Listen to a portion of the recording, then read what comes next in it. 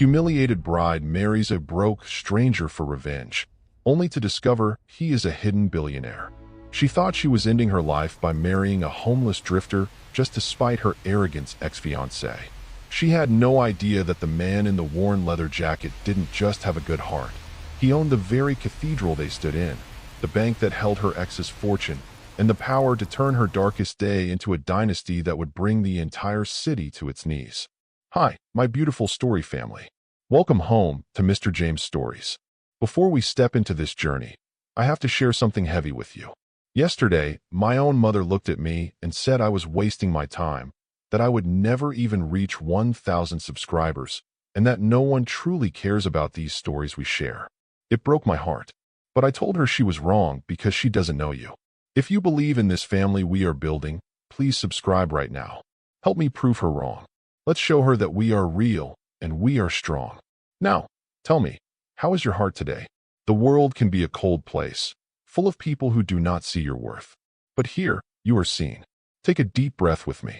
Let the tension in your shoulders fall away. May the rejection you fear become the redirection you desperately need.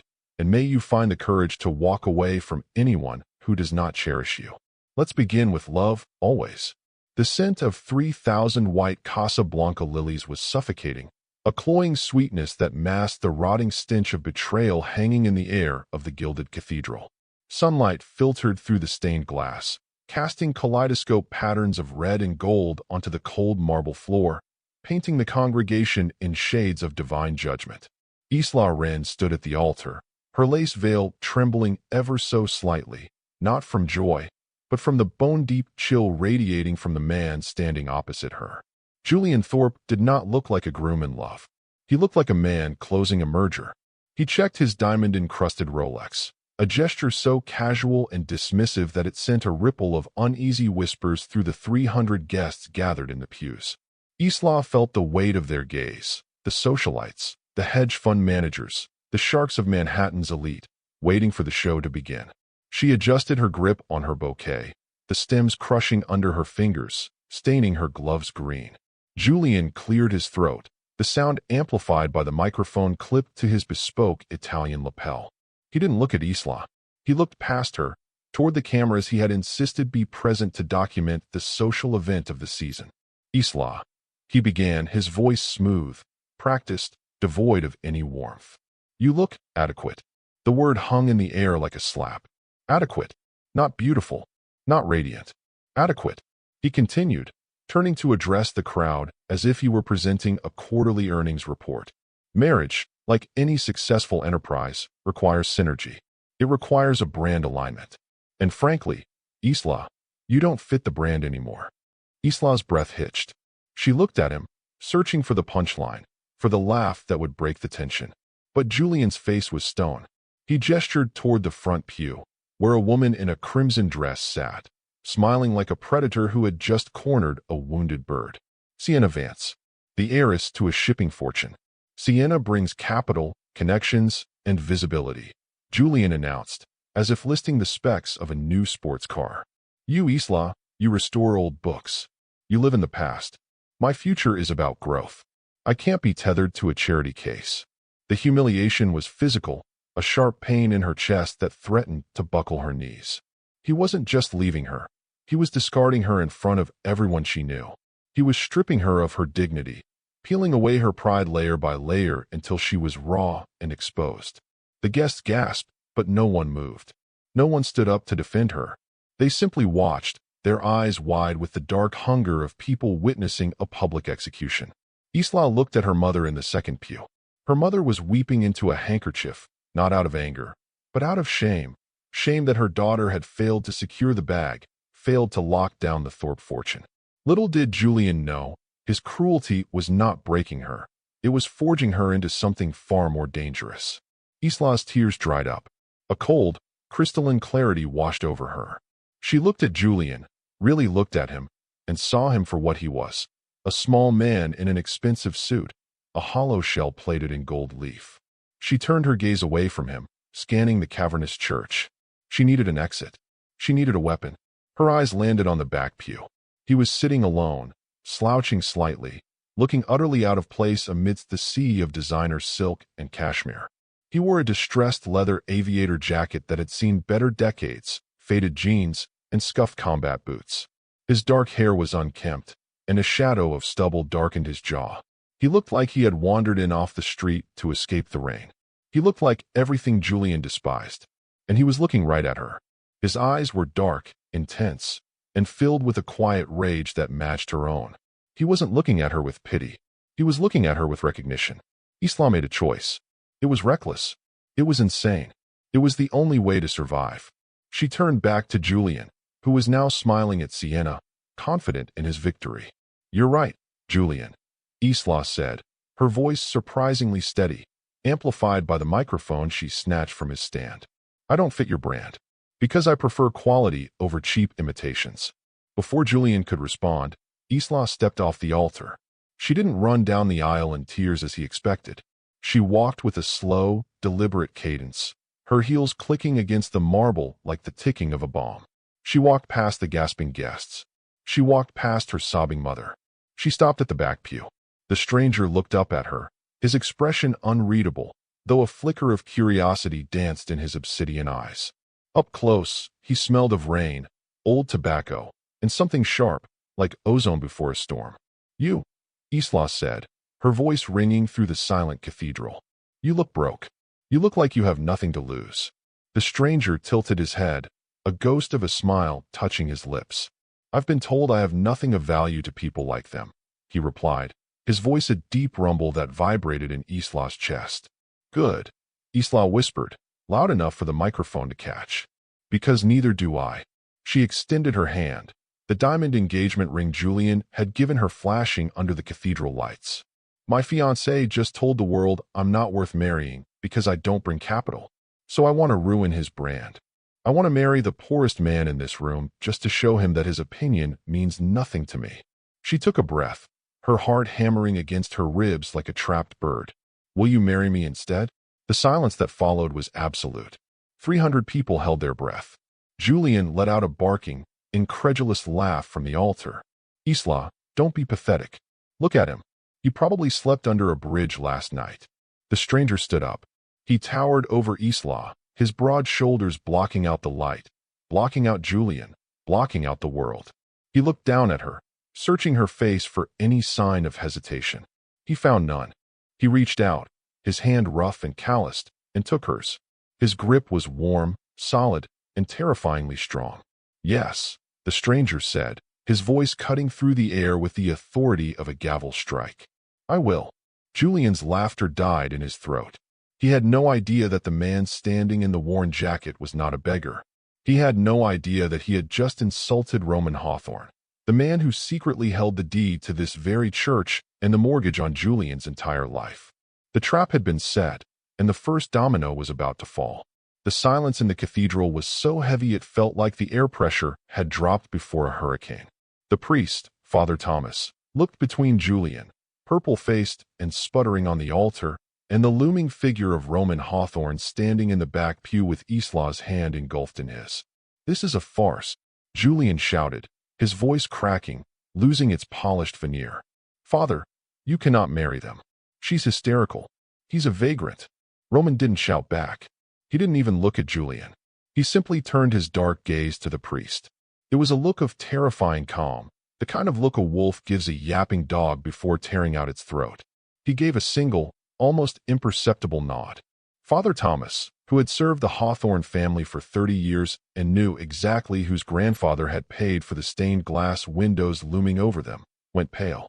He swallowed hard, his eyes darting nervously to Julian, then back to the man in the leather jacket. The license is open," Father Thomas stammered, his hands shaking as he adjusted his spectacles. "Isla, are you sure?" "I have never been more sure," Isla lied. Her heart was beating so fast she felt dizzy, but the adrenaline of pure, unadulterated spite was holding her upright. She squeezed the stranger's hand. "Let's do it. Right now." The ceremony was a blur of whispered vows and shocked gasps. Julian stood at the altar, paralyzed by disbelief, while his guests murmured like a hive of agitated bees. When it came time for the rings, Roman didn't panic. He reached into the pocket of his worn jacket and pulled out a simple, tarnished silver band. It wasn't a diamond. It wasn't platinum. It looked like something found in a pawn shop. It was my mother's, he said, sliding it onto Isla's finger. It was cold against her skin, heavy with a history she didn't know. It's not much, but it's real.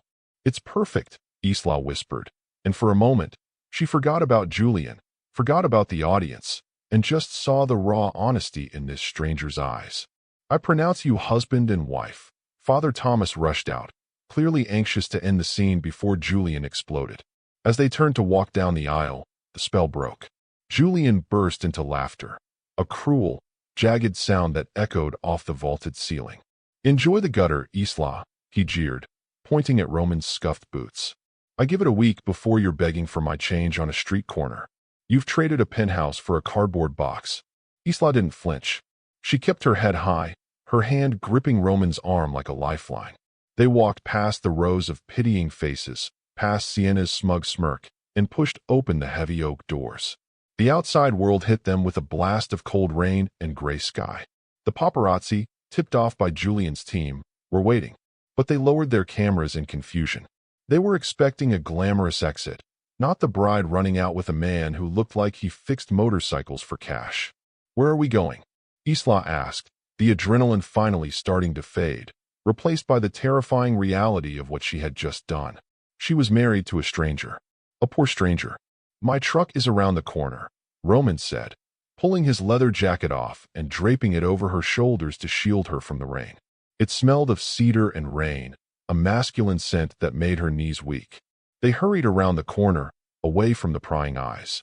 Parked near a service entrance was a battered, rusted Ford pickup truck that looked like it had survived a war. But as they approached, a man in a dark suit standing near the fender straightened up instinctively. Key, Roman said, holding out his hand. The man in the suit hesitated for a fraction of a second, his eyes widening as if he wanted to say, "But sir, the security protocol." But Roman's look silenced him instantly. The man placed the keys in Roman's palm with a deference that didn't match the rusty vehicle. "Thank you," Roman grunted, opening the passenger door for Isla. The door creaked loudly, a stark contrast to the silent, hydraulic hiss of the Rolls-Royce she was supposed to leave in. Isla climbed in, the torn upholstery scratching against her silk wedding dress. She didn't notice the man in the suit bow slightly as Roman walked around to the driver's side. She was too busy watching the rain streak down the windshield, washing away her old life. She thought she had hit rock bottom. She had no idea that the man starting the sputtering engine beside her was already planning the restructuring of Julian's entire existence. The drive to Queens was silent, save for the rhythmic thwack hiss of the windshield wipers and the groan of the truck's suspension over every pothole.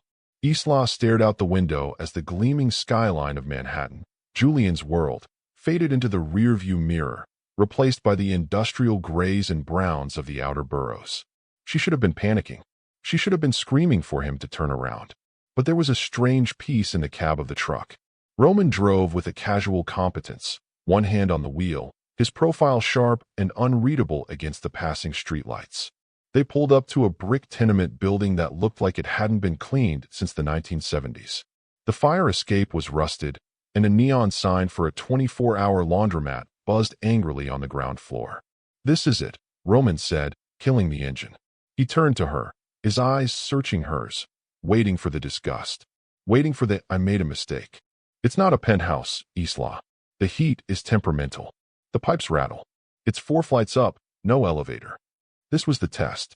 He needed to know if she was truly different from the women who only wanted the Hawthorne name.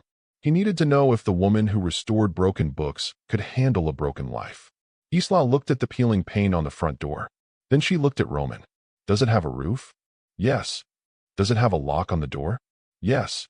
"Then it's better than where I was headed," she said, opening her own door before he could come around. They climbed the 4 flights of stairs, Isla hiking up her ruined wedding dress to avoid tripping on the worn linoleum. When Roman unlocked apartment 4B, the air that greeted them was stale and cold. The apartment was essentially one room, a studio with a kitchenette tucked into the corner and a mattress on the floor. There was a single window looking out at a brick wall. It was stark. It was poor. It was the absolute opposite of the life she had prepared for.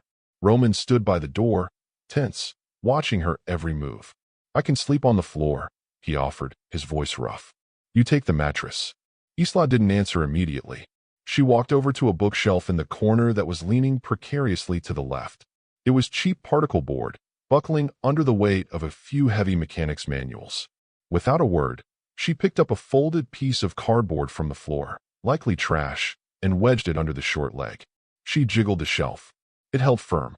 She turned to him, brushing dust from her hands. "There," she said, a small, tired smile touching her lips. Structural integrity restored. "It's what I do." Roman stared at the shelf, then at her. The tension in his shoulders dropped an inch. A flicker of something warm, something dangerous, ignited in his chest. She didn't complain. She didn't cry. She fixed it. "You're amazing," he murmured, the words slipping out before he could check them. Isla laughed, a hollow sound. "I'm a disaster, Roman. I just married a stranger in a spite-fueled rage. I have no money, no home, and my career is probably over once Julian blacklists me."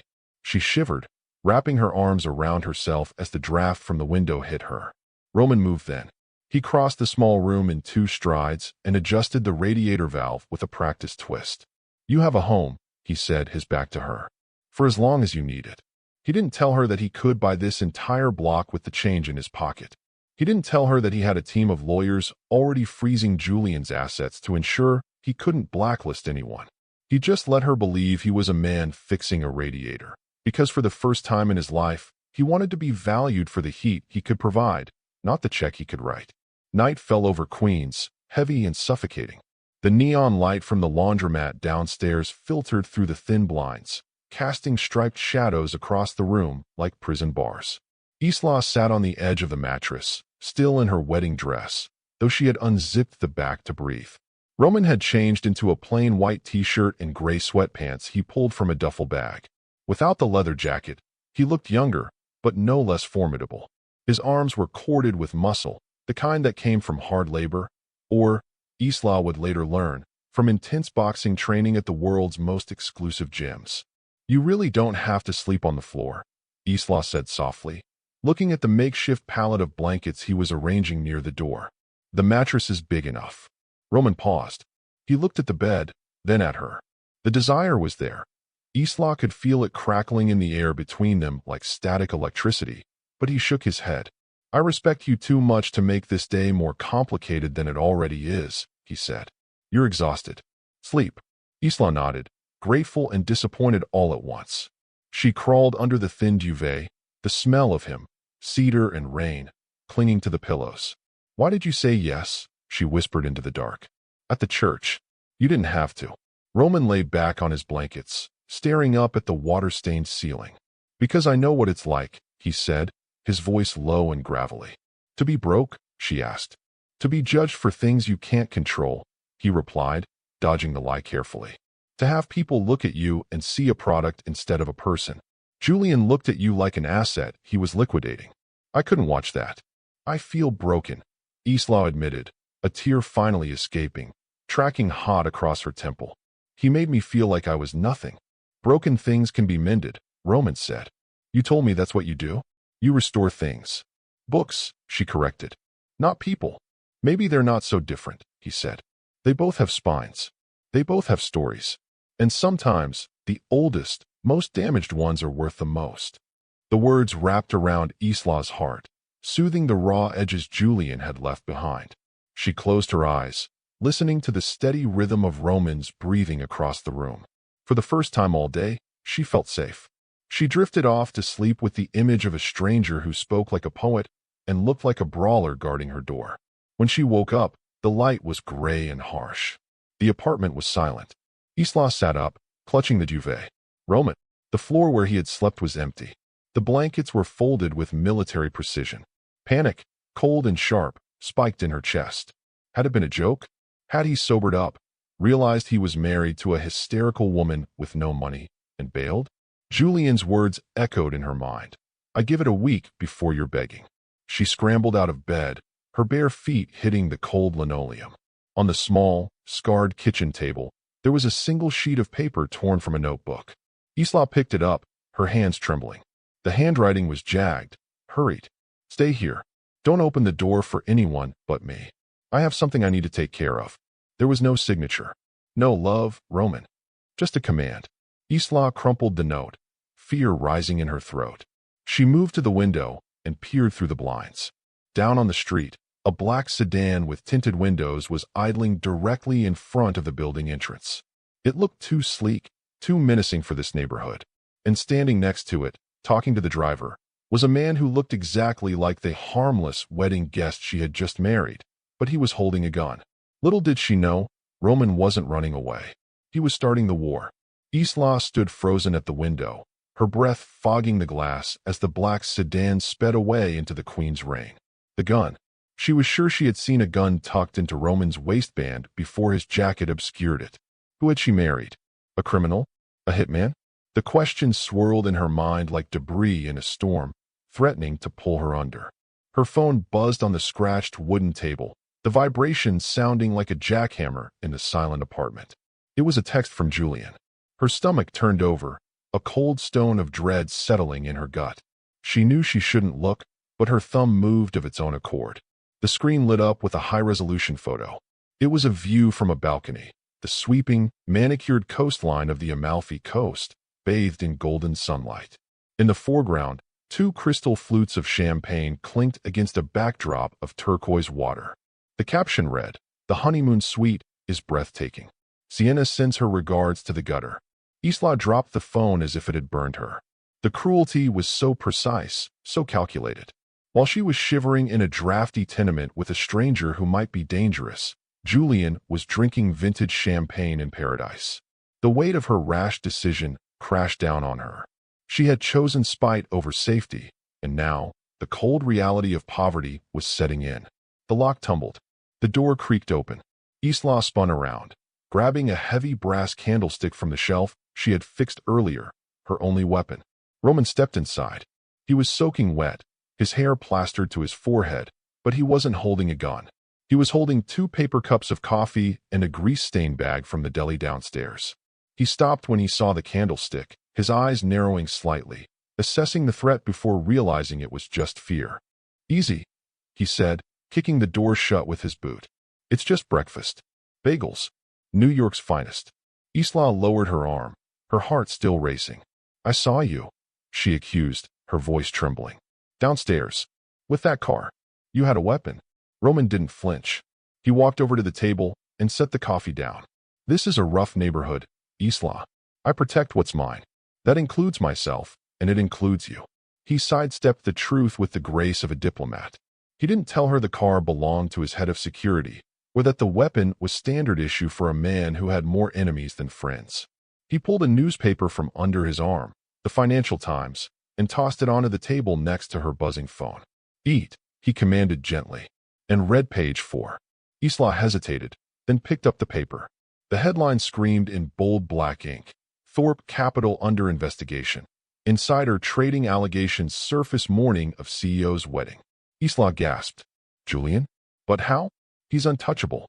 "No one is untouchable," Roman said, taking a sip of his black coffee, his eyes dark and satisfied over the rim of the cup. "Stocks are down 12% since the market opened. His liquidity is freezing up. That honeymoon suite might be the last luxury he pays for in a while." Isla looked at Roman. He was chewing a bagel, looking for all the world like a broke-day laborer, yet there was a smirk playing on his lips that terrified her. "Did you know about this?" "Karma moves fast," Roman replied, wiping a crumb from his lip. "Especially when you give it a push." Little did she know, he hadn't just pushed. He had bulldozed Julian's financial foundation with a single phone call made from the fire escape while she slept. The coffee gave Isla enough strength to face the day, but the walls of the apartment quickly began to close in. She needed something familiar. She needed the smell of old paper and binding glue. She needed her shop. Roman insisted on walking her. "I have errands," he claimed, pulling on a baseball cap that shadowed his eyes. "I'll walk you to the subway." The ride into the city was a jarring transition from the quiet tension of Queens to the roaring indifference of Manhattan. Isla led him to a narrow street in the West Village, lined with brownstones and forgotten history. The Gilded Page, her antique book restoration shop, sat nestled between a bakery and a dry cleaner. It was her sanctuary, the one place Julian hadn't been able to taint because he found it dusty and boring. But as they approached, Isla stopped dead on the sidewalk. A bright orange sticker was plastered across the front glass, obscuring the gold lettering of the shop's name. Eviction notice. Property seized. No, Isla whispered, the blood draining from her face. She ran to the door, rattling the handle. Locked. No, no, no. My lease isn't up for another year. She frantically scanned the fine print on the notice. Property purchased by JT Holdings. Immediate vacating required for renovation. Julian, she choked out. He bought the building. He bought the building just to evict me. It was a level of pettiness she hadn't anticipated. He wasn't just moving on. He was scorching the earth behind him.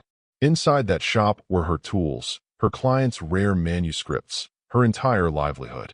Without this, she was truly destitute. She sank to the pavement, her knees hitting the concrete hard. She buried her face in her hands, the tears finally winning. It's gone. Everything is gone. Roman stood over her, reading the notice. His jaw tightened until a muscle feathered in his cheek. He looked through the glass at the books inside. Books Isla had spent thousands of hours saving. He saw the care in the display, the love in the arrangement. Julian had taken a sledgehammer to his sanctuary. Roman crouched down, ignoring the grime of the sidewalk. He didn't offer empty platitudes. He didn't say it will be okay. He reached out and took her hands, pulling them away from her tear-stained face. Look at me, he commanded, his voice low and vibrating with a terrifying intensity. Isla looked up, her vision blurred. He thinks this is a power move, Roman said, his thumb brushing a tear from her cheek. But he just made a tactical error. He overextended.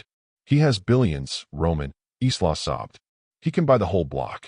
I can't fight him.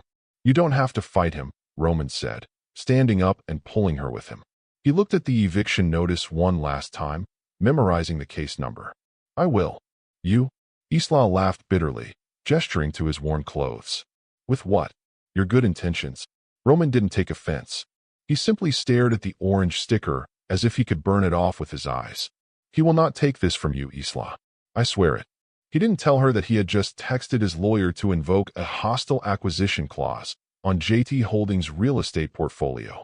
He didn't tell her that by tomorrow morning, Julian wouldn't just lose this building. He would lose the leverage to buy anything ever again. They retreated to a diner a few blocks away, Isla too shaken to go back to the apartment, too heartbroken to stay near the sealed shop. She sat in the vinyl booth, staring into a cup of lukewarm tea, her world fracturing around her.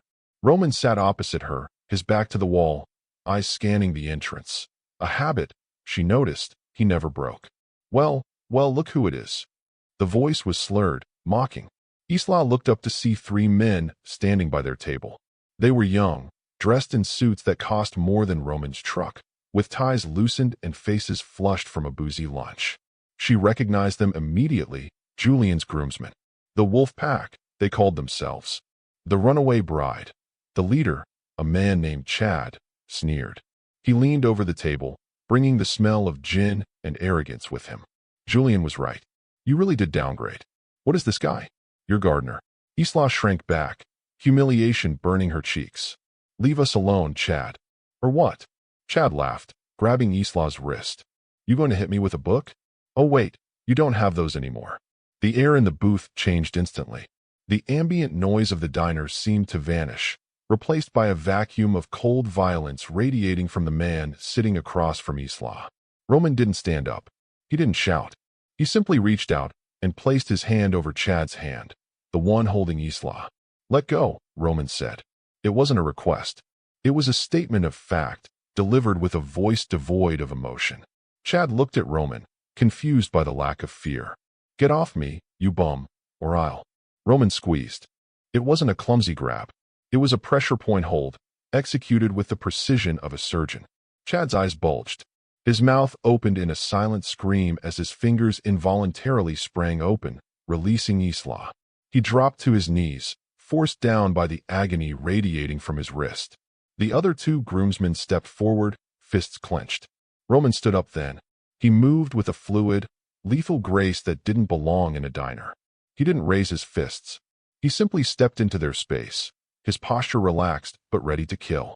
He looked at the second man, a guy named Trent who fancied himself a tough guy. Roman locked eyes with Trent and tilted his head slightly, a dark, predatory recognition flashing in his gaze. Trent froze. He looked at Roman's face, really looked at it, past the stubble and the baseball cap. He looked at the scar above Roman's left eyebrow. He looked at the dead, shark-like stillness in his eyes. Color drained from Trent's face so fast it looked like he was about to faint. He stumbled back, grabbing Chad by the collar to haul him up.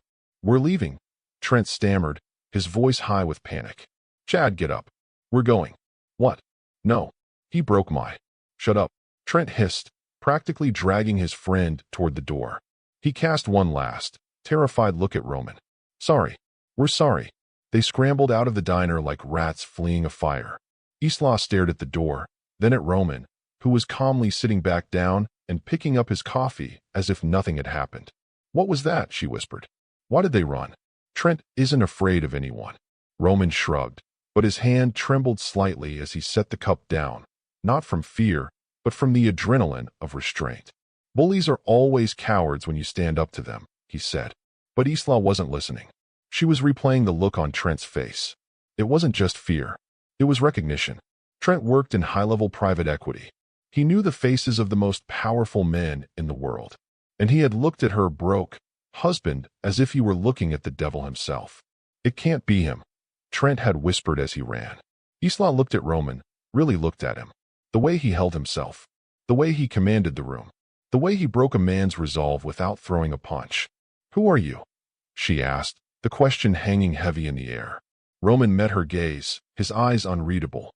"I'm your husband," he said softly. "And I'm the man who is going to make sure they never touch you again."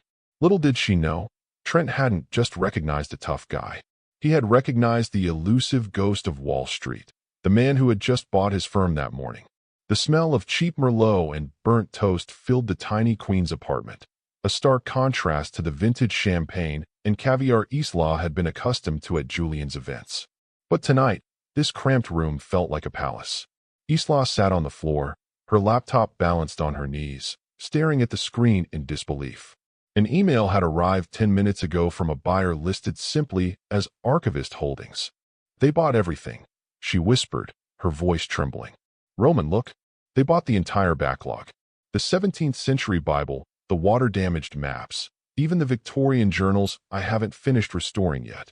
Roman stood by the stove, stirring a pot of pasta sauce. He turned, wiping his hands on a rag, feigning mild surprise. "That's good news, right?" "Good news?" "It's a miracle." Isla laughed, a sound that felt foreign after days of crying. "They offered triple the asking price. It's enough to fight the eviction. It's enough to start over." She stood up and poured more of the vinegary wine into 2 mismatched mugs. "To Archivist Holdings," she toasted, clinking her mug against the one Roman held. "Whoever they are, they just saved my life." Roman took a sip, his dark eyes watching her over the rim of the mug. There was a softness in his gaze, a quiet satisfaction that Isla mistook for husbandly support. She didn't notice that he wasn't surprised by the specific amount of the offer. She didn't notice that Archivist Holdings was a shell company he had created 10 years ago to anonymously fund struggling museums. "Maybe they just recognize talent," Roman said, his voice low and warm. "Maybe they know that what you do is rare." "I just wish I knew who they were," Isla mused, pacing the small room. "I want to thank them. I want to tell them that they defeated Julian Thorpe without even knowing it." Roman turned back to the stove to hide the ghost of a smile playing on his lips. "I'm sure they know," he murmured. "Sometimes help comes from the places you least expect." They ate dinner on the floor, celebrating with pasta and cheap wine, laughing for the first time since the wedding. Isla felt a warmth spreading through her chest that had nothing to do with the alcohol. She looked at Roman, his worn t-shirt, his rough hands, his quiet strength, and felt a surge of gratitude. She had married a broke stranger, and somehow, everything was working out. Little did she know, her savior wasn't a faceless corporation. He was sitting right across from her, eating spaghetti on a paper plate, while his net worth accumulated interest faster than she could spend it. The apartment was suffocatingly hot, the radiator hissing with a temperamental fury that defied the cool night air outside. Isla tossed and turned on the mattress, her dreams haunted by images of Julian laughing at her. She woke with a start, her throat dry. The space beside her on the mattress was empty. "Roman?" she whispered. No answer. A faint blue light spilled from under the bathroom door, accompanied by the low murmur of a voice. Isla frowned. It was 3 a.m. Who would Roman be talking to? He had told her he had no family, no job, no connections. She crept across the linoleum floor, her movements silent. As she neared the door, Roman's voice became clearer. It wasn't the gentle, gravelly voice she had grown used to. It was cold, precise, terrifying. "I don't care about the board's hesitation, Harrison," Roman hissed. "Thorpe is bleeding. I want the wound opened wider." Isla froze, her hand hovering over the doorknob. "Thorpe? Julian? Block the merger," Roman commanded. "Call the regulators in Hong Kong. Tell them there are irregularities in his Asian markets. I want him fighting a war on 3 fronts by sunrise." There was a pause, as if he was listening to a response. "No," Roman said, his voice dropping to a lethal whisper. "Leave him nothing." He took her dignity. "I'm taking his legacy.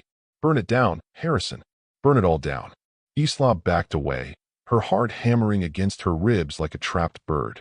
This wasn't the language of a mechanic or a drifter. Mergers. Regulators. Hong Kong. This was the language of the wolves she used to dine with, the masters of the universe who moved economies with a phone call.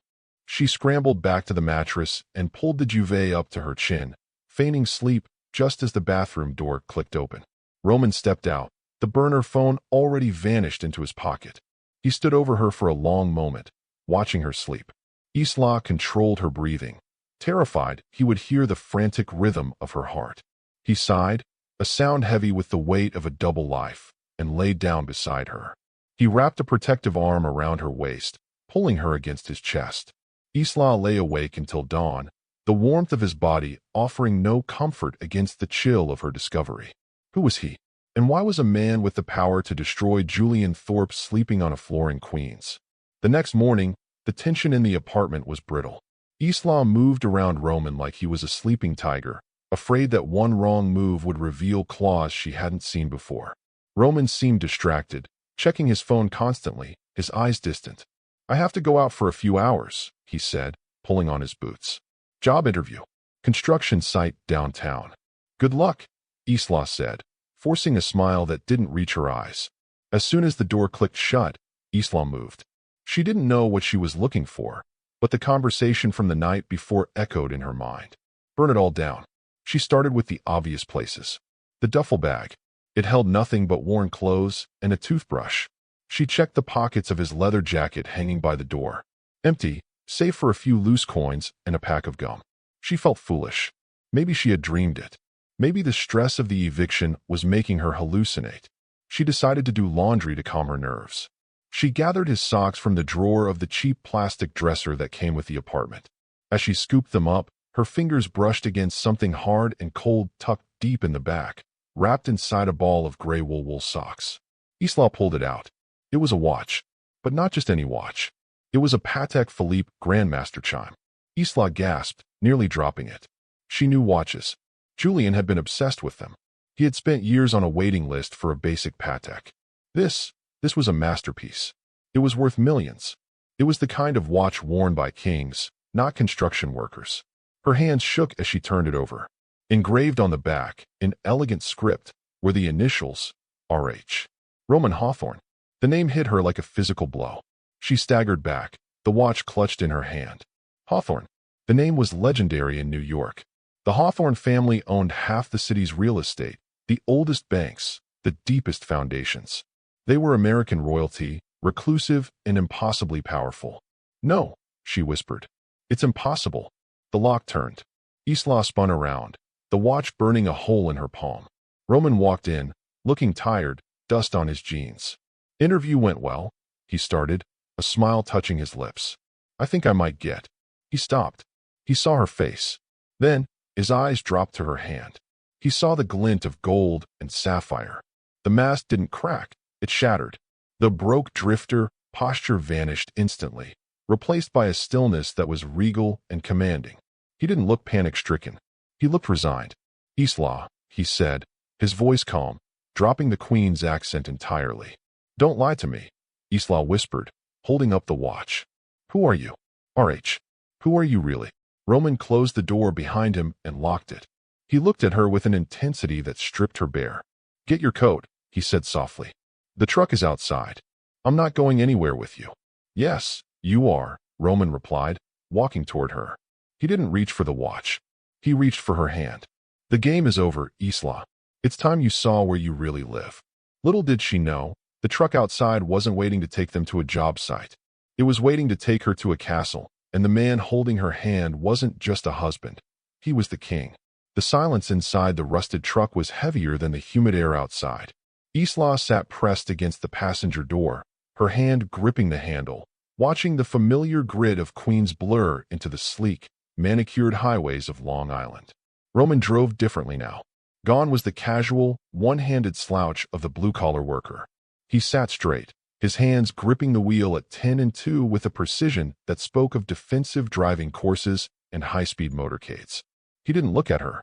He stared straight ahead, his jaw set in a line of granite, a king returning to a kingdom he had tried to abdicate.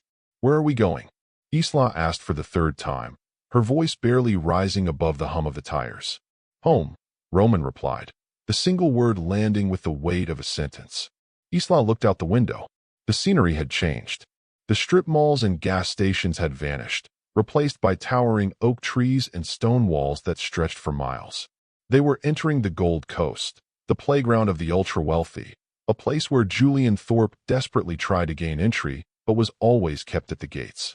Isla's heart hammered a frantic rhythm against her ribs. She looked at the man beside her, the man she had shared a mattress with, the man whose socks she had folded. He was a stranger again. The intimacy of the tiny apartment felt like a fever dream, washed away by the cold reality of the Patek Philippe watch burning a hole in her pocket. The truck slowed. Ahead, a pair of massive wrought iron gates rose out of the mist like the entrance to a fortress. They were intricate, terrifyingly beautiful, topped with gold leaf that gleamed even under the gray sky. A crest was woven into the metal, a hawk clutching a key. Hawthorne. Isla stopped breathing. The Hawthorne estate wasn't just a house. It was a legend. It was whispered about in the same breath as the Vanderbilts and the Rockefellers. It was a place of old money, deep secrets, and power that didn't need to shout to be heard. Roman rolled down the window. A security guard in a dark tactical uniform stepped out of the gatehouse. He didn't ask for ID. He didn't ask for a destination. He took one look at Roman's face, straightened his spine, and touched 2 fingers to his earpiece. "Welcome back, Mr. Hawthorne," the guard said, his voice crisp. The heavy gates swung open silently. Roman drove the battered truck onto the pristine gravel driveway. The sound of the rusted engine chugging up the tree-lined avenue felt like a desecration. Isla looked at Roman, waiting for him to laugh, to tell her it was a prank, that he was the caretaker. But he didn't laugh. As the trees parted to reveal the main house, a sprawling limestone manor that looked more like a museum than a home, Roman's expression darkened. He looked like a man walking into a prison cell he had built for himself. Little did Isla know, the gates hadn't locked behind them to keep the world out. They had locked to keep her in. She wasn't just a guest. She was the new mistress of a dynasty she didn't understand. The truck ground to a halt in the circular driveway, looking absurdly out of place next to a fleet of polished black SUVs and a vintage Aston Martin. The fountain in the center of the courtyard bubbled politely, the sound of water hitting stone amplifying the ringing in Isla's ears.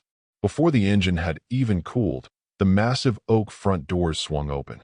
A man in a tuxedo, not a suit, a tuxedo, descended the stone steps. He was older, with silver hair and the kind of posture that suggested he had served kings. He was followed by 4 other staff members, all in uniform, moving with choreographed efficiency. "Sir," the older man said, opening Roman's door before he could touch the handle. "We received your alert. The East Wing has been prepared." Roman stepped out of the truck. He stretched, the worn leather jacket straining against his shoulders, creating a jarring visual contrast with the opulence around him. "Thank you, Alfred. Have someone dispose of the truck. I won't be needing the disguise anymore." Disguise. The word cut through Isla like a knife. She fumbled with her door handle, her fingers shaking so badly she couldn't get it open. Alfred appeared instantly at her side, opening the door with a gloved hand. "Mrs. Hawthorne," Alfred said, bowing his head slightly. "Welcome to Hawthorne Manor." Isla stumbled out, her boots crunching on the gravel.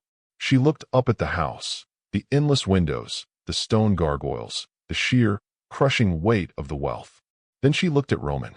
He was standing by the fountain, watching her. He didn't look triumphant. He looked braced for impact. "You lied," Isla whispered. The anger started in her stomach, hot and sharp. "Everything. The apartment. The broken shelf. The sleeping on the floor. It was all a game to you." "It wasn't a game," Roman said, stepping toward her. "It was a necessity." "A necessity?" Isla shouted, her voice echoing off the limestone walls. The staff averted their eyes, pretending not to hear the outburst. "You let me believe we were struggling. You let me cry over an eviction notice when you could have bought the whole city. You watched me panic, Roman. Did you enjoy it? Was it a fun little experiment to see how the poor girl reacts?" "I needed to know who you were." Roman shot back, his voice rising for the first time. "I needed to know if you married me or the wallet. Everyone else sees the Hawthorne name and sees a checkbook. You saw me. I saw a liar." Isla backed away, tears stinging her eyes. "You're no different than Julian. He wanted me for his brand. You used me for your test. I am not a prop in your rich boy identity crisis." She turned and ran. She didn't know where she was going. She just ran away from the house, away from the bowing staff, away from the man who had deceived her with kindness. She ran toward the manicured gardens, her boots slipping on the wet grass. "Isla, stop!" Roman's voice roared behind her. She didn't stop. She ran until her lungs burned, crashing through a hedge of perfectly trimmed roses, the thorns tearing at her jeans. She was running from the very thing everyone else in New York was dying to run toward. Little did she know, you can't run from a Hawthorne. They own the ground you run on. Rain began to fall, a sudden, violent downpour that matched the chaos in Isla's heart. She was halfway across the great lawn, heading blindly toward the tree line, when a heavy hand clamped onto her arm. She spun around, swinging her free hand wildly. Roman caught her wrist effortlessly, pulling her into his chest. He was soaked instantly, his hair plastered to his forehead, the water running down his face like tears he refused to shed. "Let me go," she screamed, struggling against his grip. "I want to go back to Queens. I want my life back." "There is no going back," Roman shouted over the thunder, holding her fast. "Julian has destroyed that life, Isla. If you leave these gates, he will bury you. He will sue you. He will slander you. He will make sure you never restore another book as long as you live." "I don't care."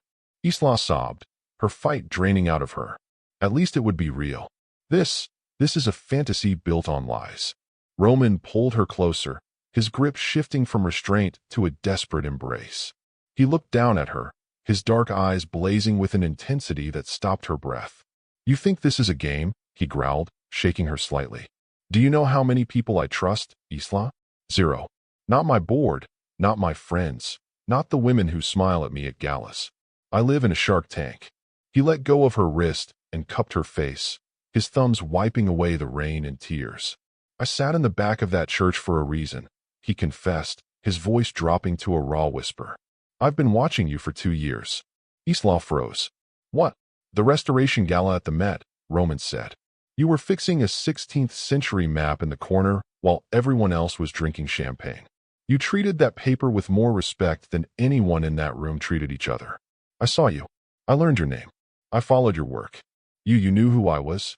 I knew you were the only real thing in a world of fakes," Roman said. "When you walked down that aisle and asked me to marry you, it wasn't a trap, Isla. It was the only prayer I've ever had answered. I didn't say yes to save you. I said yes because I wanted to be the man you thought I was." Isla stared at him, the rain mingling with her tears. The confession hung in the air, heavy and undeniable. He hadn't just picked a random stranger. He had chosen her, long before she chose him. "You still lied," she whispered, her voice trembling. "I did," Roman admitted, resting his forehead against hers. "And I will spend the rest of my life making it up to you. But you have to stay. Not because I'm rich, but because out there, you are prey. In here, you are the queen. Let me be the shield I promised to be." Isla looked at the massive house looming in the distance, then back at the man standing in the mud in a ruined leather jacket, begging her not to leave. She realized then that the wealth wasn't the point. The power wasn't the point. He was lonely, and he was offering her the one thing Julian never could: protection. Okay, she breathed. I'll stay. Roman let out a breath he seemed to have been holding since the church. He scooped her up into his arms, carrying her bridal style through the rain. Let's go home, he said. But as he carried her toward the warmth of the manor, Isla noticed a drone hovering silently above the tree line, its red light blinking in the gloom. Someone was watching, and by tomorrow morning, the world would know that the broke drifter was the king of New York. The transition from Isla the antique restorer to Mrs. Hawthorne began not with a fanfare, but with the quiet, terrifying precision of high-end logistics. By the next morning, the east wing of Hawthorne Manor had been transformed into a staging ground for her new life. Isla stood in the center of a dressing room larger than her entire queen's apartment. Racks of clothing, cashmere, silk, velvet, lined the walls, curated in a palette of muted golds, deep navies, and creams. There were no price tags. In this world, if you had to ask, you weren't on the list. Mr. Hawthorne requested armor, Alfred said, standing by the door with a tablet in hand. He specified that you are not to look like a debutante. You are to look like a matriarch. Isla ran her hand over a structured blazer from the row. It was heavy, formidable. Roman didn't want to dress her up like a doll. He wanted to dress her for war. He's expecting a fight, Isla murmured, slipping into the blazer. It fit perfectly, tailored overnight by invisible hands. He is expecting a siege, madam, Alfred corrected gently. And the Hawthorne family does not lose sieges. Her phone buzzed on the velvet ottoman. It was Julian. Isla stared at the screen. A week ago, seeing his name would have sent her into a panic. Now, standing in a room worth millions, wearing a jacket that cost more than Julian's car payments, she felt a cold, detached amusement. She answered, "Hello, Julian." Isla. Julian's voice was tinny, edged with manic energy. "I'm surprised you have service. I assumed you pawned the phone for food by now. Look, I'm feeling generous. I can get you a job in the mailroom at my firm. Minimum wage, but it's better than sleeping under a bridge with your pet." Isla walked to the window. Below, in the courtyard, Roman was speaking with his head of security. He looked up, sensing her gaze, and gave her a nod, a silent promise of protection. "That's very kind of you, Julian," Isla said, her voice smooth and cool as polished marble. "But I'm afraid I'm quite busy." "Busy doing what?" "Begging. Renovating." She lied, though it wasn't really a lie. She was renovating her entire existence. "I'll have to let you go. The staff is waiting." "Staff? What staff?" "You're delusional, Isla. You're—" She hung up. She didn't block him. She wanted him to keep calling. She wanted him to scream into the void until he realized that the silence staring back at him was more powerful than his noise. Little did she know, the armor she was putting on wouldn't just protect her from Julian. It would have to protect the secret that was already growing inside her, a secret that would secure the Hawthorne legacy forever. The days that followed were a blur of security briefings, legal meetings, and acclimatizing to the suffocating luxury of the estate. But something was wrong. Isla felt a persistent, heavy fatigue that coffee couldn't touch. The smell of the expensive lilies in the foyer, once merely cloying, now made her stomach turn violently. It happened during a fitting for the upcoming charity gala, the event where Roman planned to debut her to society. The seamstress was pinning the hem of an emerald silk gown when the room suddenly tilted. The floor rushed up to meet her. The last thing Isla heard was the seamstress screaming for Alfred. She woke up in the master bedroom, the curtains drawn. Roman was sitting on the edge of the bed, his face pale, his hand gripping hers so tightly his knuckles were white. Dr. Eris, the family's private physician, was packing away a portable ultrasound machine. "Isla," Roman breathed, relief washing over his features as she opened her eyes. "You scared me. I thought the stress was too much." "I'm fine," Isla whispered, trying to sit up, but Roman gently pushed her back against the pillows. "Just tired." "Did I faint?" "You collapsed," Roman said grimly. He looked at the doctor. "Tell her." Dr. Eris stepped forward, a small smile on his face. "Mrs. Hawthorne, your blood pressure is a bit low, which is to be expected. Multiple pregnancies demand a lot of resources from the body." Isla blinked. The words didn't compute. Multiple? You mean twins? No, madam. The doctor corrected gently. Triplets. The silence in the room was absolute. Isla looked at Roman. He looked terrified. He looked awestruck. This was the man who controlled markets, who bought companies for sport, and he looked completely undone by the idea of 3 tiny heartbeats. 3, Isla whispered, her hand moving instinctively to her stomach. Roman 3. An heir, Roman murmured, his voice cracking with emotion. And 2 spares. God, Isla, we're building a dynasty. He leaned down and kissed her forehead, a gesture of such reverence it made her throat ache. The broke stranger she had married for spite had just given her a future 3 times larger than she had ever dared to dream. But as the joy settled, a shadow crossed Roman's face. He stood up, walking to the window to look out at the perimeter gates. Does this change things? Isla asked, fear spiking in her chest. It changes everything, Roman vowed, his voice dropping to that lethal register she had heard in the Queen's apartment.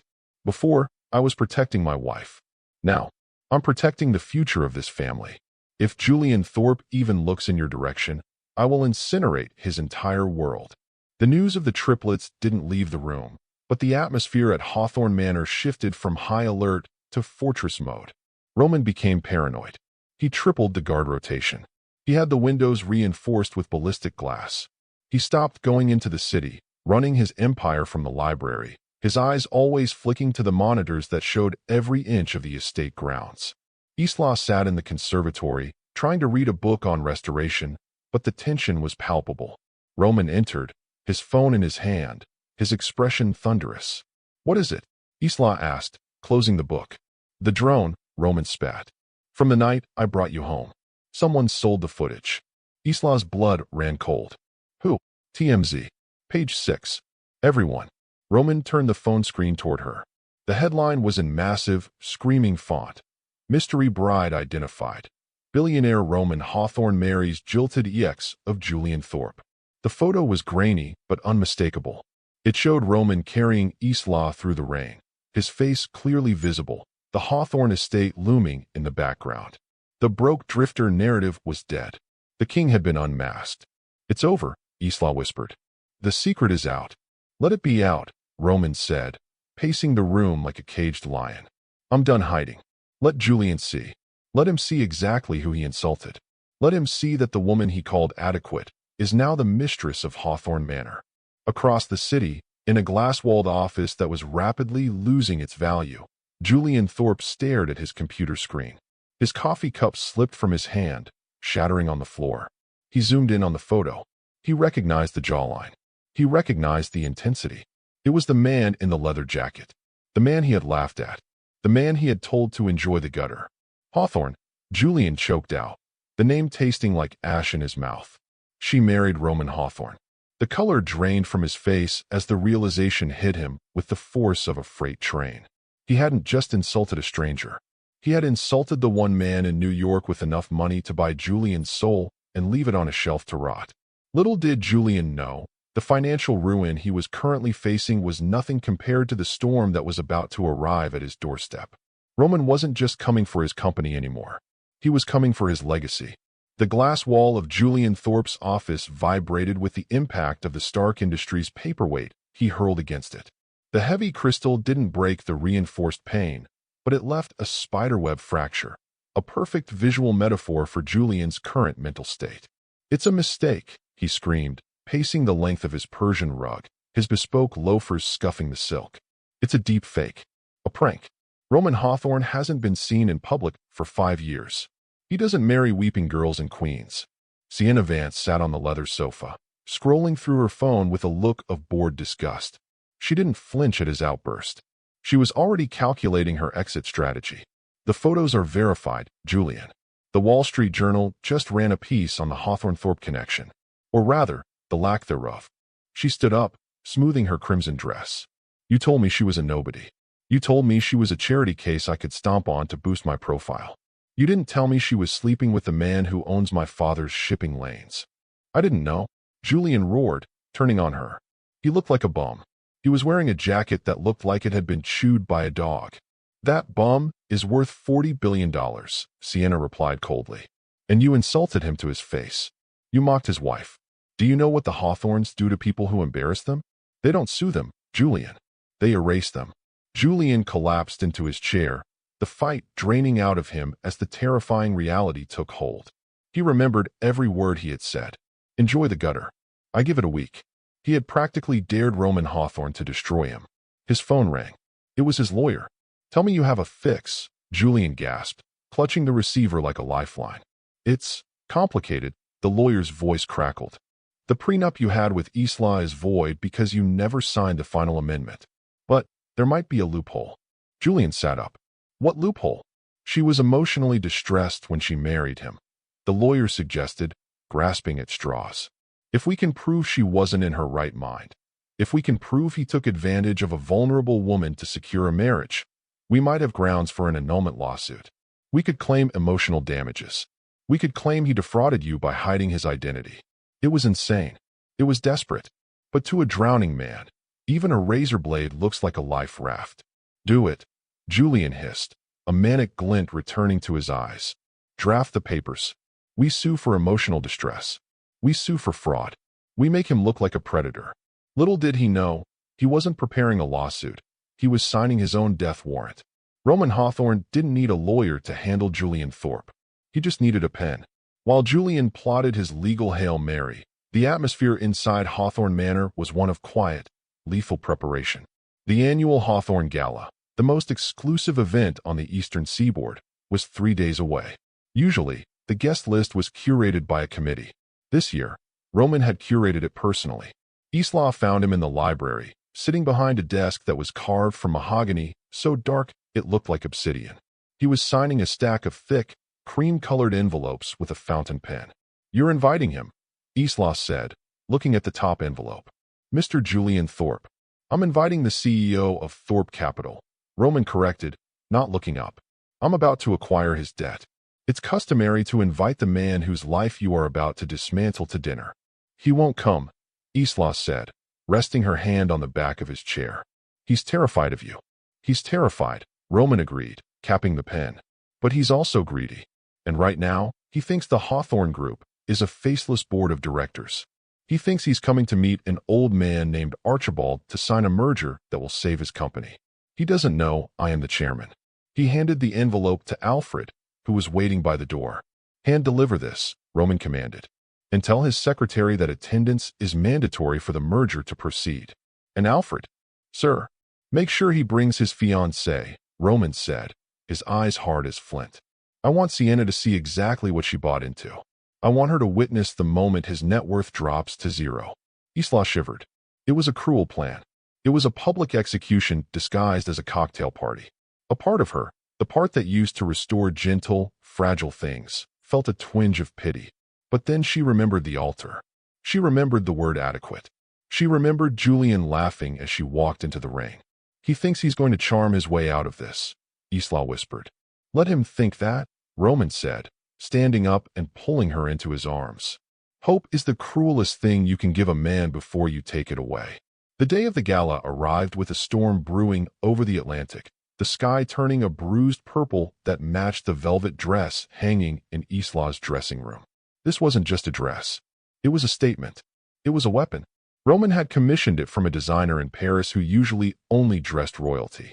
It was a deep, midnight blue velvet that shimmered like a raven's wing, cut with a neckline that was daring but regal.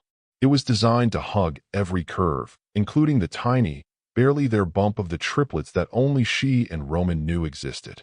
You look. Roman stopped in the doorway, his breath catching in his throat. He was already in his tuxedo, looking every inch the Dark Prince of New York. Isla, you look dangerous. Good, she said, turning to the mirror.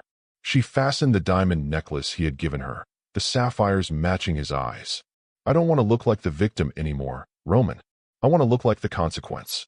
You are, he promised, walking over to kiss her bare shoulder. Tonight, you are the judge, the jury, and the executioner. Downstairs, the staff was finalizing the trap. The ballroom was prepped. The security team had swept the perimeter. And in the study, a single folder lay on the desk. Inside wasn't a merger agreement. It was a foreclosure notice, legally binding and irrevocable, waiting for Julian's signature. Roman checked his watch, the Patek Philippe that had started it all. "He's en route," Roman said, checking a message from his security team. "He's bringing Sienna. He thinks he's coming to charm a board of octogenarians. Does he know you're the host yet?" "No." Roman smiled, an expression that didn't reach his eyes. "I had the team scrub my name from the program. He thinks he's meeting a proxy. Let him believe he's winning until the ink is dry." Isla took a deep breath, placing her hand on her stomach. Her children were in there. Her future was in there. And tonight, she was going to burn down the past to make room for them. "I'm ready," she said. "Then let's go." Roman offered his arm.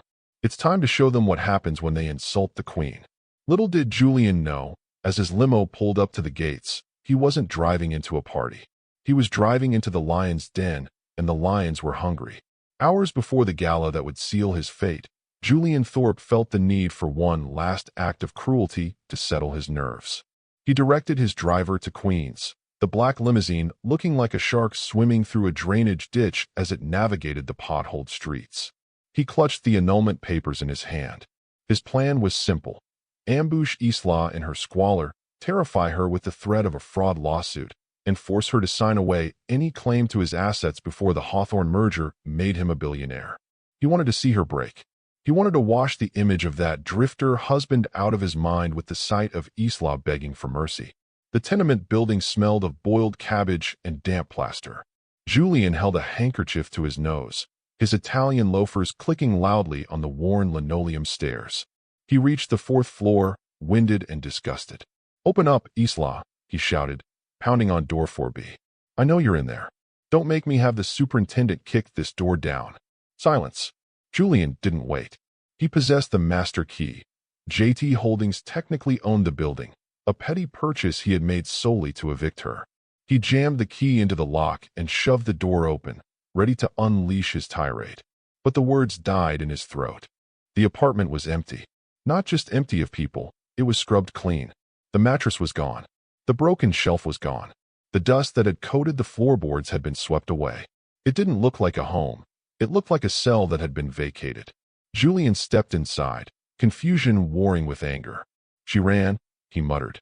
The coward ran. He walked to the small kitchen table, the only piece of furniture left. Sitting squarely in the center was a single envelope. Julian smirked. A suicide note? A plea for forgiveness? He ripped it open. It wasn't a letter from Isla. It was a legal document stamped with the seal of the city of New York.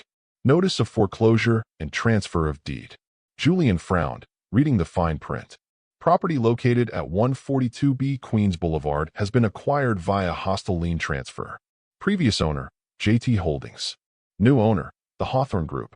Julian's blood ran cold. He dropped the paper. "Hawthorne," he whispered. How? How had the Hawthorne Group found this tiny, insignificant building? Why would they buy a rotted tenement in Queens hours before a multi-billion-dollar merger? A chill snaked up his spine that had nothing to do with the drafty window. He felt watched. He felt like a mouse that had wandered into a trap, only to realize the cheese was poisoned. He spun around, half expecting to see Roman Hawthorne standing in the doorway in that leather jacket. But the doorway was empty. Julian grabbed the paper and crumpled it. "It's a coincidence," he told himself, his voice shaking. "They're buying up the block for development. It has nothing to do with her. She's nobody." He stormed out of the apartment, leaving the door wide open. He needed a drink. He needed the gala. He needed to sign that merger and get the hell away from the ghost of the woman he had discarded. Little did he know, the emptiness of the apartment wasn't a sign of Isla's defeat. It was the clearing of the blast zone. By the time Julian returned to Manhattan, he had managed to reconstruct his arrogance. The scotch helped. So did the news cycle. He stood on the steps of the Plaza Hotel, cameras flashing in his face, microphones thrust toward him like spears. He had called an emergency press conference to stabilize his stock price before the market closed. "Mr. Thorpe, Mr. Thorpe," a reporter shouted. "Is it true your liquidity is drying up? Is the investigation into insider trading real?" Julian smiled, the practiced, predatory smile of a man who believed his own lies. He adjusted his silk tie, the diamond cufflinks catching the light. "Rumors," Julian declared smoothly. "The market loves drama, but Thorpe Capital deals in facts. And the fact is, tonight marks the beginning of a new era." He looked directly into the camera lens, his eyes gleaming with desperation masked as confidence. I am pleased to confirm that tonight, I will be finalizing a strategic partnership with the Hawthorne Group.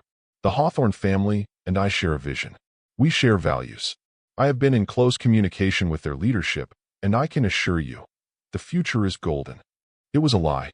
He had never spoken to a Hawthorne in his life. He had only spoken to intermediaries, lawyers, and proxies. But he needed the world to believe he was inside the circle. High above the city, in the library of the Hawthorne Manor, Roman watched the broadcast on a large monitor. He was dressed in his tuxedo, the fabric blacker than the sins Julian was committing on live television. Isla stood beside him, her hand resting on his shoulder. She watched Julian lie with a calm detachment that surprised her. "He's digging his own grave," Isla murmured. "He's doing more than that," Roman said, reaching for the remote to mute Julian's voice. "He's cementing the narrative. He just told the world he knows the Hawthorns. He just tied his reputation to mine."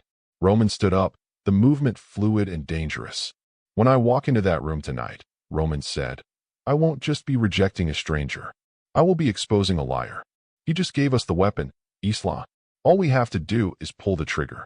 Isla looked at the screen one last time. Julian was laughing at a reporter's joke, looking triumphant. He looked like a king. "He has no idea," she whispered. "No," Roman agreed, taking her hand. "He thinks he's the hero of this story. He forgot that the hero never leaves the bride at the altar." Roman checked his Patek Philippe. "The car is ready. It's time to go introduce ourselves." The grand ballroom of the Pierre Hotel had been transformed into a vision of Gilded Age splendor. Chandeliers dripping with crystals suspended from the ceiling like frozen tears, casting a golden haze over the 500 guests who represented the apex of American wealth. The air smelled of expensive perfume, truffle oil, and the sharp, metallic tang of ambition. A string quartet played Debussy in the corner, though the music was barely audible over the hum of gossip. "Did you hear?" a socialite whispered behind her fan. "Thorpe is here. He actually showed up." Julian Thorpe entered the room with Sienna Vance on his arm. He walked with the swagger of a man who had already won. Sienna, draped in crimson silk that clashed with the subtle elegance of the room, scanned the crowd with hungry eyes. "Where are they?" Sienna hissed. "Where are the Hawthorns?" "Relax," Julian murmured, taking a glass of champagne from a passing waiter. "They like to make an entrance. It's a power play. I do it all the time." He moved through the crowd, accepting tentative congratulations from people who had been ready to shun him that morning. The press conference had worked. They believed he was safe. They believed the Hawthorne shield was protecting him. Julian, a rival hedge fund manager, clapped him on the shoulder. "Balls of steel, coming here amidst the rumors. So it's true? You bagged the white whale." "Signed and sealed," Julian lied, clinking his glass. "Archibald Hawthorne is a visionary. We see eye to eye." Suddenly, the music stopped. It wasn't a gradual fade. It was an abrupt cut, as if the conductor had been silenced. The murmur of the crowd died down, replaced by a heavy, anticipatory silence. The massive double doors at the top of the grand staircase, doors that had remained closed all evening, began to open. A hush fell over the room. This was it, the Hawthorne entrance. Julian straightened his tie, his heart pounding a frantic rhythm against his ribs. He stepped forward to the base of the stairs, ready to greet his savior. He prepared his smile. He prepared his hand for the shake that would save his life. "Ladies and gentlemen," the master of ceremonies announced, his voice booming through the silent hall. "The chairman of the Hawthorne Group." Julian looked up, expecting an elderly man with a cane. Expecting Archibald. The door swung wide. A man stepped out. He was tall, broad-shouldered, wearing a tuxedo that fit him like a second skin. He had dark hair, a sharp jawline, and eyes that burned with cold, obsidian fire. He wasn't old. He wasn't Archibald. Julian's smile froze. His brain short-circuited. He knew that face. He knew that stubble, now shaved clean. He knew those eyes. It was the drifter. It was the man in the leather jacket. It was the husband. And on his arm, wearing a dress the color of midnight and a necklace of sapphires that could buy Julian's entire firm, was Isla. She didn't look down. She looked directly at Julian. And then, she smiled. It wasn't a smile of forgiveness. It was the smile of the executioner raising the axe. Julian's champagne glass slipped from his fingers. It hit the marble floor with a shatter that echoed like a gunshot, but no one looked at the broken glass. They were all looking at the King and Queen of New York, descending the stairs to deliver judgment. The sound of Julian's champagne glass shattering against the marble floor was the only noise in the cavernous ballroom. It echoed like a gunshot, a violent punctuation mark to the silence that had descended upon New York's elite. Isla felt the vibration of the room's collective gasp in the soles of her heels. She gripped Roman's arm, feeling the solid, unyielding muscle beneath his tuxedo. This was the moment she had dreamed of in the cold Queen's apartment. This was the moment the charity case became the Queen. They descended the grand staircase slowly, every step a calculated piece of theater. Roman didn't look at the crowd. He looked only at her, his expression possessive and reverent, silently telling 500 people that the woman on his arm was worth more than their entire portfolios combined. As they reached the bottom of the stairs, the crowd parted like the Red Sea. No one dared to breathe. They stared at Roman, the reclusive, mythical Hawthorne heir, and then they stared at Isla. The recognition ripple moved through the room like a wave. Is that the girl from the church? Is that the restorer? They stopped 3 feet from where Julian stood, paralyzed, staring at the shards of glass near his Italian loafers. Sienna Vance had backed away, her face draining of color, trying to physically distance herself from Julian's blast radius. "Mr. Thorpe," Roman said. His voice wasn't loud, but it carried the acoustic weight of a judge passing a sentence. "You seem surprised. I believe the invitation said the chairman would be in attendance." Julian opened his mouth, but no sound came out. He looked from Roman's tuxedo to Isla's sapphire necklace. His brain was trying to reconcile the image of the man in the battered leather jacket with the Titan standing before him. The math didn't add up. The power dynamic had flipped so violently it had given him spiritual whiplash. "You," Julian stammered. His usual slick charm evaporated. "But the church, the truck." "I enjoy a simple life," Roman said, his lip curling slightly. "It helps me filter out the parasites." Isla stepped forward. She didn't look angry. She looked serene, beatific, like a saint looking at a sinner who had already been damned. "Hello, Julian," she said softly. "You mentioned something about brand alignment at the altar. I was wondering, does the Hawthorne Group fit your brand?" The crowd stifled a collective laugh. Julian turned a shade of puce. He looked around wildly, realizing he was the punchline of a joke he hadn't known was being told. "This is a misunderstanding," Julian choked out, sweating visibly under the chandeliers. "Roman, Mr. Hawthorne, surely we can discuss this in private?" "The merger, the press release." "The merger," Roman repeated, testing the word like it was a piece of rotten fruit. "Yes, we should discuss that. My board is waiting in the library." Roman gestured to the heavy mahogany doors at the far end of the room. "Shall we?" It wasn't an invitation. It was a summons to the gallows. Little did Julian know, the boardroom wasn't set up for a negotiation. It was set up for an autopsy. The library of the Pierre Hotel was a fortress of silence, lined with books that smelled of leather and old money. A long oak table dominated the center of the room. Seated around it were 12 members of the Hawthorne board, men and women with gray hair and eyes like flint. They didn't stand when Julian entered. They watched him. Roman walked to the head of the table. He didn't sit. He stood, resting his hands on the back of the leather chair, looming over the room. Isla stood beside him, her hand resting protectively on her stomach, though the gesture was subtle enough to be missed by a panicked man.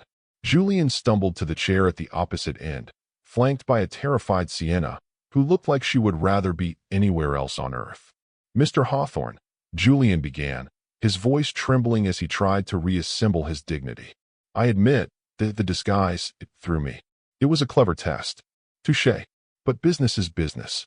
Thorpe Capital is the perfect partner for Hawthorne. My numbers this quarter are inflated." Roman cut him off.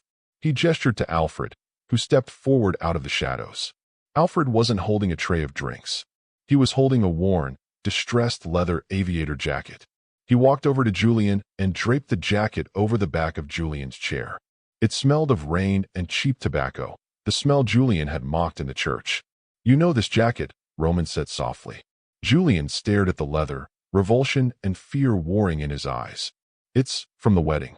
It belonged to my father, Roman said. He wore it when he built the first Hawthorne Foundation. He wore it when he dug the foundation of this city. You called it gutter trash. You told me to enjoy my cardboard box.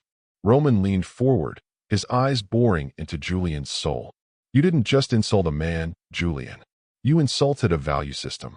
You judged a book by its cover, and you failed the test. And now you want me to merge my family's legacy with a man who discards people because they don't fit the brand? It was a bad breakup, Julian shouted, slamming his hand on the table, desperation making him reckless. Isla is bitter. She's manipulating you. She saw a rich mark, and she took it. She trapped you, Roman. Can't you see that? Julian pointed a shaking finger at Isla. She's a gold digger. She walked out of that church with a stranger because she knew. She probably Googled you. She's using you to get back at me. The room went deadly silent. The board members looked at Julian with expressions of horror. Roman didn't explode. He went unnaturally still. The temperature in the room seemed to drop 10 degrees. Trapped, Roman whispered. You think she trapped me? Of course she did. Julian sneered, thinking he had found an opening. Look at her. She's playing the perfect wife, spending your money on gowns. Wait until she gets bored. Wait until she tries to secure a payout. She brings nothing to the table, Roman. Nothing. Isla stepped forward then. She walked the length of the long table, her velvet dress whispering against the carpet. She stopped right next to Julian. She leaned down, close enough that he could smell the expensive perfume Roman had bought her, a scent far richer than anything Sienna was wearing. You're wrong, Julian, Isla said, her voice clear and ringing. I didn't bring money to the table. I brought the future. Little did Julian know, the future she was talking about had 3 heartbeats, and revealing them would be the final nail in his coffin. Isla placed her hand flat against her stomach. It was a gesture she had hidden all evening under the flow of the velvet, but now, with the eyes of the most powerful board in New York upon her, she pressed the fabric down. The curve was there, small, undeniable, and precious. We aren't trapped, Julian, Isla said, a fierce, protective smile lighting up her face. We are building. Julian stared at her stomach. His mouth opened and closed like a fish on dry land. You are pregnant. We are expecting, Roman corrected from the head of the table. His voice boomed, filled with a pride that shook the walls. And since you were so concerned about the Hawthorne legacy, you should know. Roman walked down the length of the table to stand beside his wife, wrapping his arm around her waist. Isla isn't carrying an heir, Roman announced, looking directly at his board members, who were leaning forward in anticipation. She is carrying 3 triplets, Isla whispered to Julian, enjoying the way the blood drained from his face until he looked like a wax figure. 2 boys and a girl. The dynasty is secured, Julian. Permanently. The boardroom erupted. The stoic board members broke into smiles, nodding at each other. The succession crisis, the one weakness in the Hawthorne armor, had just been solved in a single sentence. Isla wasn't a gold digger. She was the mother of the next generation. She was untouchable. Sienna Vance stood up abruptly. The chair scraped loud and harsh against the floor. I'm leaving, she said, looking at Julian with pure disgust. You told me she was barren. You told me she was past her prime. You're a liar, Julian. And you're broke. She walked out, her heels clicking a staccato rhythm of abandonment. Julian was alone. He looked at the leather jacket on his chair. He looked at the board members who were now looking at him like he was a stain on the carpet. He looked at Isla and Roman, standing together, an impenetrable wall of power and love. But the merger, Julian whispered, his voice cracking. I have debt. The Asian markets. If we don't sign tonight, Thorpe Capital is insolvent by morning. Roman reached into his tuxedo jacket. He pulled out a folded document. I know, Roman said. That's why I bought it. You bought the merger? Julian asked, hope flickering in his eyes. No, Roman said, tossing the document onto the table in front of Julian. It landed with a heavy thud. I bought the debt. Every cent of it. The loans from Hong Kong? Mine. The mortgage on your office tower? Mine. The lease on your penthouse? Mine. Roman leaned in, his voice dropping to a terrifying whisper. I'm not merging with you, Thorpe. I'm foreclosing on you. Julian stared at the document. It wasn't a partnership agreement. It was a notice of seizure. You can't do this, Julian gasped. It's business. It's not personal. You humiliated my wife in front of God and 300 people, Roman said, straightening his cuffs. You made it personal. And now? I'm making it final. Roman nodded to the security guards by the door. Escort Mr. Thorpe out. And make sure he takes the service elevator. I don't want him seen in the lobby. It might upset the guests. As the guards grabbed Julian by the arms, he looked back at Isla one last time. He saw the woman he had thrown away. He saw the mother of billions. He saw the love in her eyes as she looked at Roman, a love he had never earned and would never understand. I made you. Julian screamed as they dragged him out. No. Isla whispered into the silence he left behind. You freed me. The door slammed shut. The silence in the library was heavy, not with tension, but with victory. Little did they know, the war wasn't quite over. Julian had one card left to play, a desperate, dangerous card that would threaten the very lives Isla was carrying. The service elevator deposited Julian in the damp, echoing concrete cavern of the hotel's loading dock. The security guards released his arms with a shove that sent him stumbling toward the dumpsters, a poetic final resting place for his career. Don't come back, Mr. Thorpe, the lead guard said, his voice flat. Or we call the NYPD. The heavy metal doors clanged shut, locking Julian out of the warmth, the light, and the life he believed he owned. He stood there, shivering in the cool night air, the smell of exhaust and garbage assaulting his senses. He looked at his reflection in the window of a parked delivery van. His tuxedo was rumpled. His hair was wild. He looked like the madman Roman had accused him of being. Foreclosed, he whispered. Everything. The rage that bubbled up inside him wasn't hot. It was cold and toxic. He had nothing left to lose. And a man with nothing to lose is the most dangerous creature on earth. He didn't leave. He hid in the shadows behind a concrete pillar near the VIP exit, his eyes fixed on the door where the Hawthorne royal family would eventually emerge. He spotted a heavy iron tire iron leaning against the wall, left by a careless delivery driver. His hand closed around the cold metal. If he couldn't have the future, he would make sure Roman didn't have one either. An hour later, the VIP doors opened. Roman walked out first, his head on a swivel, scanning the perimeter. He held Isla's hand, guiding her carefully down the steps toward the waiting black SUV. They were laughing softly, wrapped in a bubble of victory. Isla looked radiant, her hand resting on her stomach, on the airs that had sealed Julian's doom. The sight of her happiness snapped the last tether of Julian's sanity. Isla, he screamed, bursting from the shadows. He raised the iron bar, charging with a feral desperation. He didn't aim for Roman. He aimed for her. He aimed for the legacy. Isla froze, the color draining from her face. But Roman didn't freeze. He didn't even flinch. He moved with the terrifying speed of a man who had spent his life preparing for the worst. Roman stepped in front of Isla, turning his body into a human shield. He caught Julian's swinging arm in midair, the sound of bone meeting bone sickeningly loud in the quiet garage. Julian cried out as the tire iron clattered to the concrete. Roman didn't let go. He twisted Julian's arm, forcing him to his knees with a brutal efficiency. Julian gasped, staring up into eyes that held no mercy, only a dark, bottomless abyss. I told you, Roman whispered, leaning down so only Julian could hear. I protect what is mine. Security swarmed them seconds later, pinning Julian to the ground. Sirens wailed in the distance. Someone had already called the police. Roman stood up, adjusting his tuxedo jacket. He turned to Isla, checking her for any sign of harm. Are you okay? Isla looked at Julian, pinned to the dirty floor, sobbing brokenly about unfairness and ruin.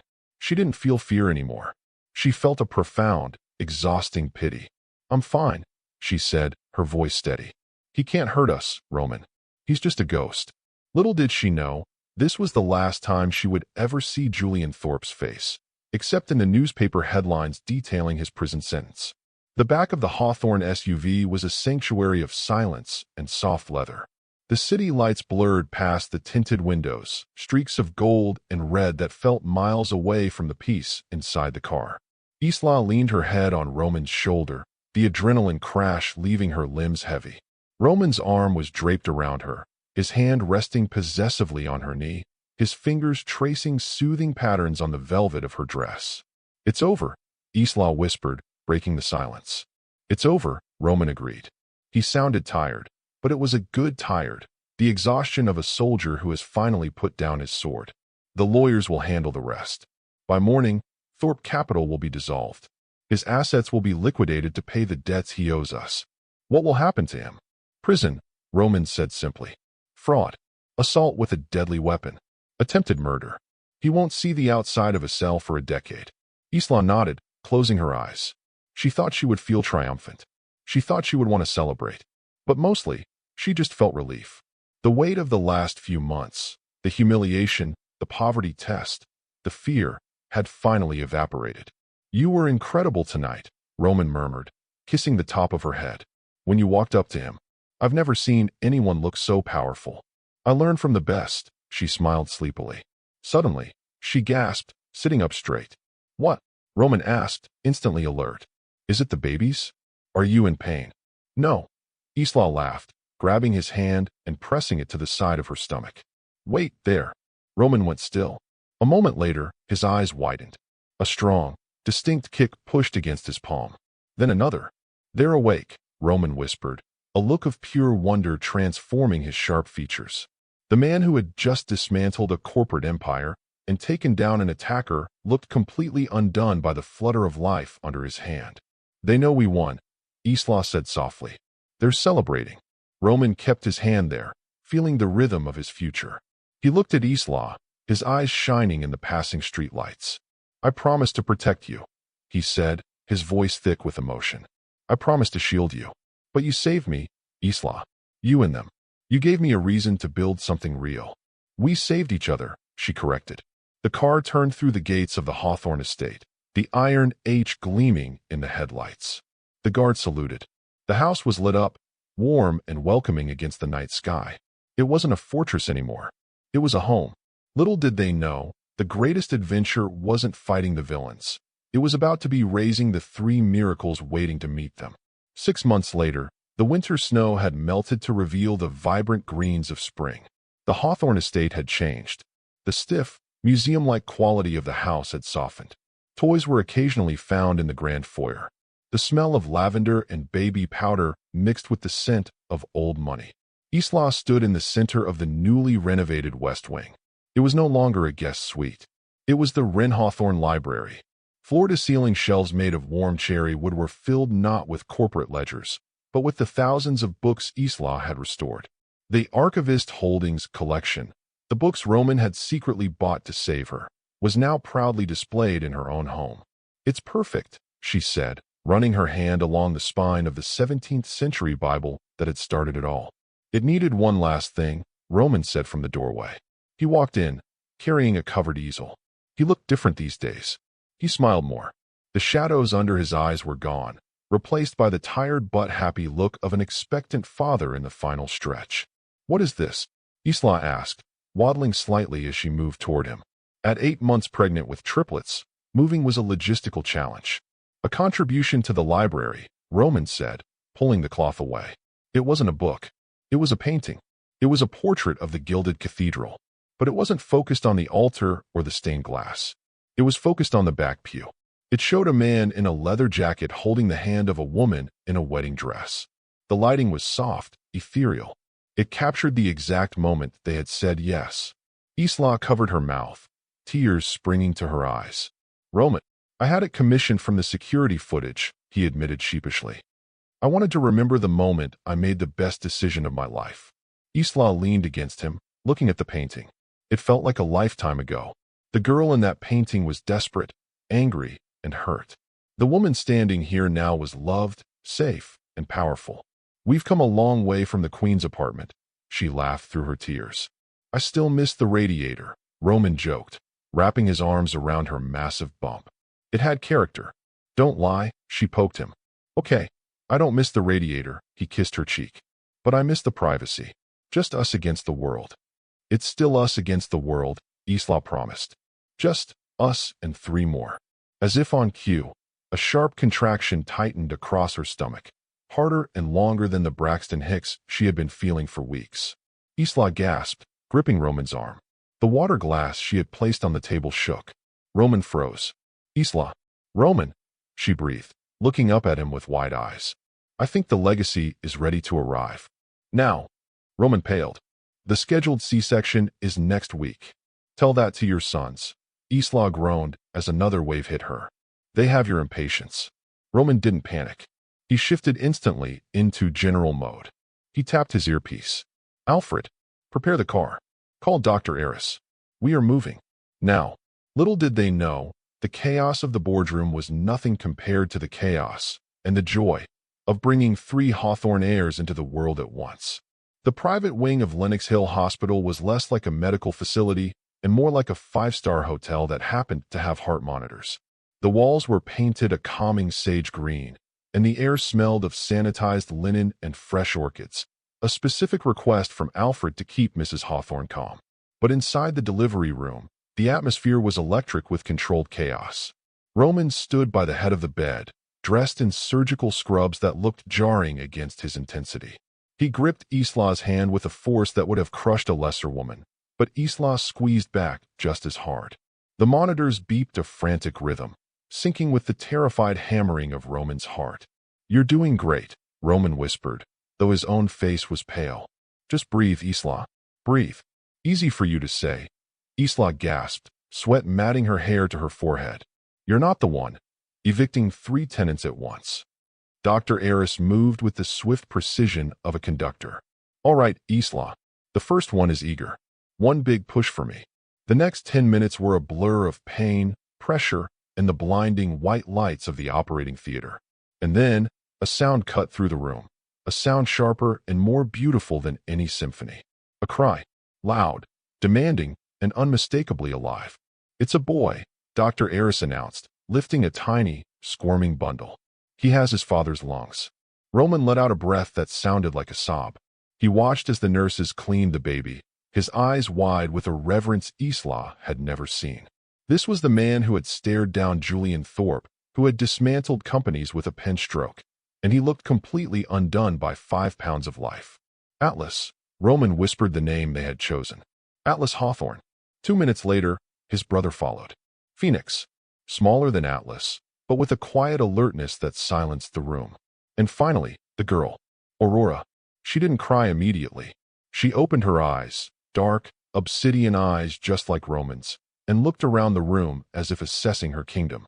When she finally let out a soft mewl, Roman leaned his forehead against Isla's, tears tracking silently down his cheeks. "They're here," he choked out. "Isla, they're here." The nurses brought them over, wrapped in the Hawthorne family blankets, cashmere, embroidered with the crest. As Roman held 2 of them and Isla cradled Aurora, the room seemed to shrink until it was just the 5 of them. The pain of the last year, the humiliation of the wedding, the fear of the future, it all dissolved in the presence of this absolute, undeniable miracle. Roman looked at his children, then at his wife. "I thought I knew what power was," he murmured, touching Phoenix's tiny hand. "I was wrong. This is power." Little did he know, the true power wasn't just in their birth, but in the healing they would bring to a man who had spent his life building walls to keep the world out. 3 days later, the sun was setting over the Manhattan skyline, casting the hospital room in a warm, golden glow. The chaos of the birth had settled into a peaceful, sleepy rhythm. Isla sat in the armchair by the window, watching the city below. The streets were filled with people rushing, fighting, striving for status. The same game Julian Thorpe had played and lost. But up here, in this quiet bubble, none of that mattered. Roman entered the room, carrying a takeout bag from the diner in Queens, the same diner where he had defended her honor months ago. He set it down on the table next to a stack of newspapers. The headlines were no longer about scandals or lawsuits. The Hawthorne dynasty grows, triplets born to power couple. Julian Thorpe sentenced to 10 years for fraud. One story ended. Another began. Roman walked over to the bassinets where the triplets were sleeping. He adjusted Atlas's blanket, touched Phoenix's cheek, and let Aurora wrap her tiny fingers around his pinky. He stood there for a long time, just watching them breathe. "You know," Isla said softly, breaking the silence, "I keep thinking about that day at the church." Roman turned to her, his expression softening. "The day you saved me. The day I thought I was ruining my life," she corrected with a smile. "I thought I was making a mistake. I thought I was choosing the broke stranger just to hurt Julian." She stood up and walked over to him, resting her head on his chest.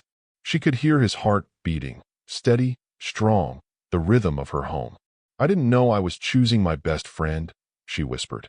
"I didn't know I was choosing the father of my children." Roman wrapped his arms around her, burying his face in her hair. "And I didn't know that the woman walking down the aisle toward me was the only person who would ever truly see me." He pulled back slightly, reaching into his pocket. He pulled out the worn, tarnished silver ring he had given her at the altar, the one he had replaced with a diamond later. "I want you to wear this one," he said, his voice thick with emotion. "The diamond is for the world. This is for us. For the couple in the truck. For the couple in the Queen's apartment." Isla held out her hand. Roman slid the silver band onto her finger, right next to the massive diamond. It looked out of place, scratched and dull, but to Isla, it shone brighter than the sun. "Thank you," Roman whispered, echoing the words he had said in the truck so many months ago. "Thank you for asking me." Isla looked at him, then at their 3 sleeping miracles. She smiled, a look of pure, unadulterated peace. "Thank you for saying yes." Outside, the sun dipped below the horizon, plunging the city into twilight. But in the room, surrounded by the new life they had created from the ashes of the old, the light had never been brighter. And that, my beautiful family, is the story of how a humiliated bride and a broke stranger found a fortune worth far more than money. It reminds us that sometimes, when the world closes a door in your face, God is opening a gate to a palace you cannot yet see. Julian chased the appearance of wealth and lost his soul. Isla chased her dignity and found a kingdom. If this story touched your heart, if you believe that true love can find you in the darkest moments, please do not leave without subscribing. My mother said we wouldn't make it, but looking at you, looking at this family, I know we are limitless. Prove her wrong with me. Until next time, sleep well, and remember, you are worthy of a love that protects you. Good night.